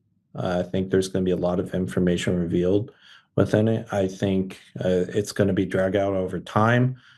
I think more people will be added to it, probably within the U.S. as well, as more information becomes publicly available. And there's a definite dynamic here. Bashar Masri was even alleged to have played both sides of the fence politically. He allegedly flew around one of the advisors to Trump's envoy on his aircraft to do a hostage exchange. And he was allegedly a critical part of this within the Trump administration with this hostage exchange. But on the same token, Samir Hulile, his mouthpiece, his puppet, who they had put in there to be the governor of Palestine, was the guy who actually physically walked into the Biden White House and walked out with Biden's blessing to effectuate this program, which would have very handsomely rewarded a lot of the friends, a lot of the mega donors for the Democrat Party. Specifically, again, Alan Patrickoff and Sir Ronald Cohen. So I think when you think about it like that, it's really easy to kind of see it now, and how these people kind of operate. Again, they're not operating in the shadows. They're very transparent about it. Just people get distracted. People have a tendency to want to just, cognitive bias to, reaffirm their position as opposed to be introduced to new, possibly even information which is contrary to their opinion on something. So I think if people just pay attention to it, just look at something objectively and think critically. I mean, Jesus, man, there are so many people who just they see something in that millisecond, that cognitive bias kicks in, and they just, bam, hit that like button, and retweet it, spread it out to like a million other people, without asking, where's the information coming from? What's the source of the information? Is it AI? For instance, one of the mainstream news channels, I'm not going to say which one, just literally aired an AI propaganda video, which again came from Mayor News, of the Iranians allegedly boarding another tanker vessel, Iranian Special Forces. And it was the most AI thing I've ever seen. And they put this up on a mainstream channel. And so this is where we're at. And I'm not, going to say I have the answers for everything, but if you just ask the question that I just alluded to, I think you'll get a lot of answers revealed. And I'm going to closely continue watching this Gaza situation, especially this lawsuit, Bashar Masri lawsuit, and all those involved with it, because while it may not be timely, for instance, right now, there are still ongoing 9/11 lawsuits, which are still being heard 25 years later, a quarter of a century later. So, but I think, I think this is really going to have some effects downwind politically. And I do think that the media will probably try and keep it out of the papers as much as possible. But, for Mamdani, these are the people who he was ordered to put into position, ordered by the likes of ICNA. There's a reason half of his cabinet are ICNA. He is a puppet for Ali Najmi, who created the Muslim Democratic Club of New York. He is a product of their environment. He is a product of their training and their conditioning of him. And he is one of many, and they are going to come in at the local level, and they are going to propagate the state level, and then they will move at the federal level. And he already he moved the needle in New York already. He got Hochul to agree to tax second homes that are worth more than $5 million. So he's starting it. Yeah, and that's probably going to piss off the rest of New York, and then we're going to really begin to see a lot of fracturing. I think a lot of these. I think we're about to see Democratic strongholds become more Democratic strongholds, but the jihadists are very smart. They targeted red states. Pure Hands, one of the entities I was looking at, which ended up shelling out more than $200 million in 2024 alone through charities to al-Qaeda in Yemen. It's literally run by a dude named Salah Bates. He has an anglicized name, whose brother was an al-Qaeda Arabian Peninsula leader who was drone bombed. And, this guy gets, hundreds of millions of dollars a year from the U.S., and they're filed under 501c3 religious exemption donations. So they don't even have to declare where their donors come from because they're funneling it through the mosques. Same as churches, did for decades. So they're essentially using our own systems against us now. They've learned to adapt to them, and their intent is different. Their intent is different than what the system was founded on. They're registered out of Texas. CARE was. We know CARE. Out of Texas. We know CARE. Mm-hmm. We know CARE. Product of they were initially registered in Texas as well. The Muslim Students Association was, or ICNA actually too, for that matter, were incorporated in Florida actually. Now, granted, those were under Democratic leadership, administrations, but right. They're still incorporated there to this day. And, it's become like this Republican stronghold now, but yet you still have like all these jihadists going there. Like, I can give you the address in Sac City, Texas for, this organization, which also runs, this dude in Sac City, Texas, Dallas, we're outside Dallas, Fort Worth. He owns a coffee shop in Karachi, Pakistan, which ships their coffee directly from the province in Yemen called Rema. Now, what does that really sound like to you? Precisely. Has anyone looked at this? No. Do people know about it? No, most people don't even know where Karachi is on a map. Mm-hmm. But I'll tell you what. That guy, he lives in the Metroplex. He actually lives between Dearborn and Dallas as well. Dearborn, just give it to Canada at this point. No argument here. It's so hostile how they use our own system against us, and we don't stand up to shut it down.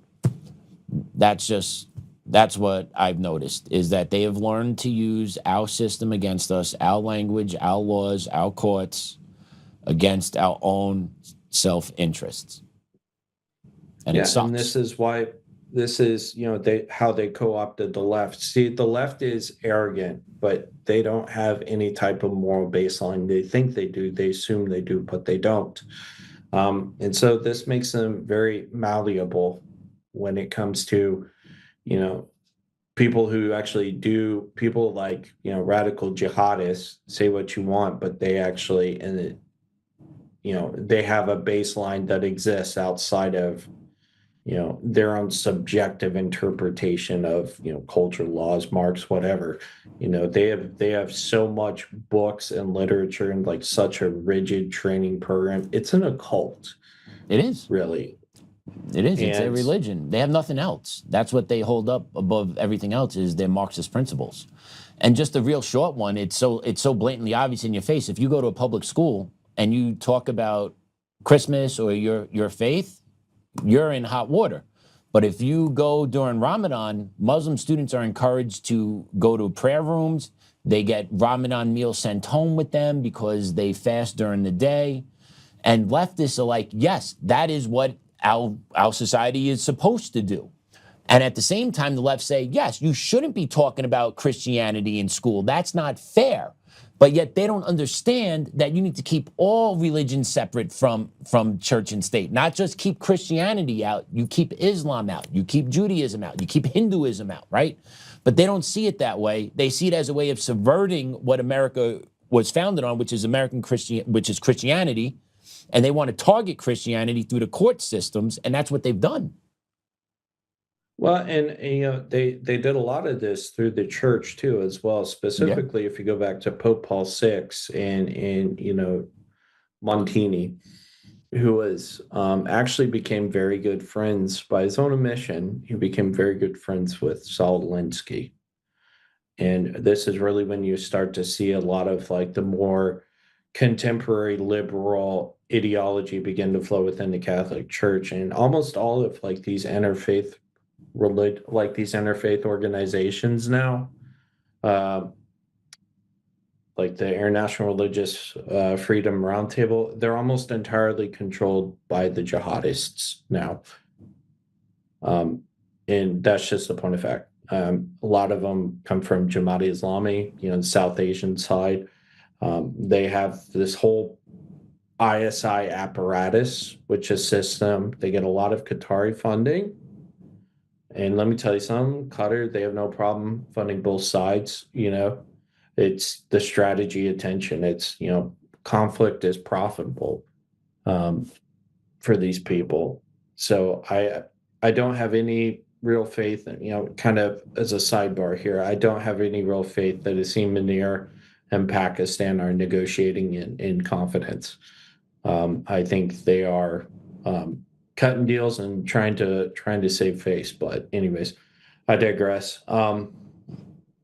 Yeah, I think, you know, we pretty much covered all the ground today. We didn't really stick to the script that much, but we made it work. You know, I think it was a very insightful discussion, and I'm going to be following it, keeping tabs on it, and you know, we'll see what comes. Bashar Masri quit his post at Harvard. He was on the Dean's Council, and you know, he is very close to a lot of very powerful people. So we'll see what comes of that. But, and just as that, just being on the board at Harvard, just like pow, insertion. Yeah, just like, you know, the guys who created Grameen phone under Muhammad Yunus, which, you know, has been implicated in terrorist activity as well. You know, they're literally faculty at Harvard as well. Like, they're literally fellows at Harvard as well. Yep. So the takeover education system, another problem. This problem is everywhere, dude. It is every which way. But we just got to keep talking about it, spreading the word. People just got to become more and more aware. Yeah, man. And, you know, I implore people to also go back and listen to, you know, our Oxford College of Islamic Studies segment with Huma Abedin and, you know, her family, because they have done irreparable damage to the U.S. as well. So, you know, again, go back, listen to those earlier episodes, and, you know, a lot of that information and that network will make this a lot more consumable. All true. The more you listen, the more you know, the more you pay attention, the easier the dots get to connect. They do. Well, B, thank you so much. Audience, look forward to seeing you again. We will be airing this over the next week or two, and then we'll be back again doing some more work with B. So thank you all for tuning in. Class dismissed.